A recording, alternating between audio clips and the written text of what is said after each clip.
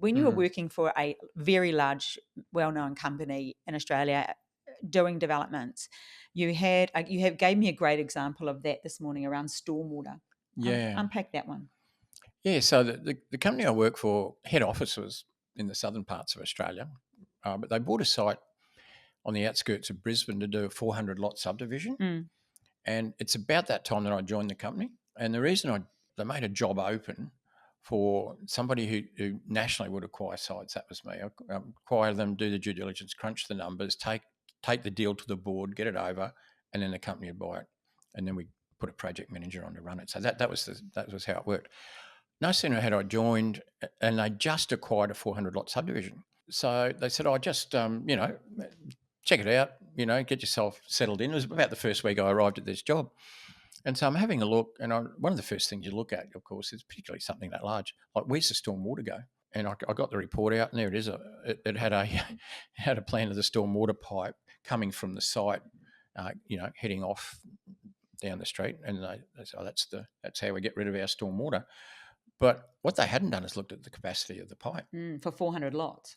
Well, it didn't. Yeah, that pipe probably might have taken 150 or 200 because it was a hill, and then the others go in a different direction. So you got different catchments on something that big. And so I checked the size with the council. It wasn't a big pipe. It was like, I can't remember. It was bigger than a 225, but it might have been a 450. But I would have thought it'd be bigger than that.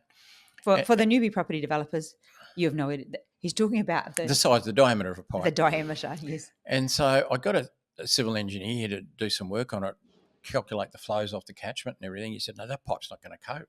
And so as it ended up, we had to build what they call an augmented pipe. An augmented means beside the existing one. So you've got these existing pipe that won't cope with the water. So you build another pipe beside it.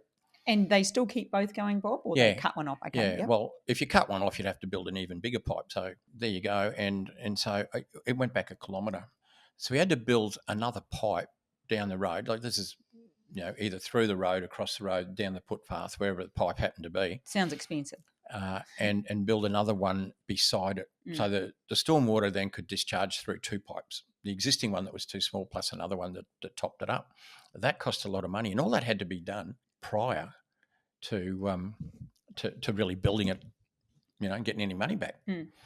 And so that was a pretty large development company. They were the second largest residential developer in Australia at the time. So of some size, some note.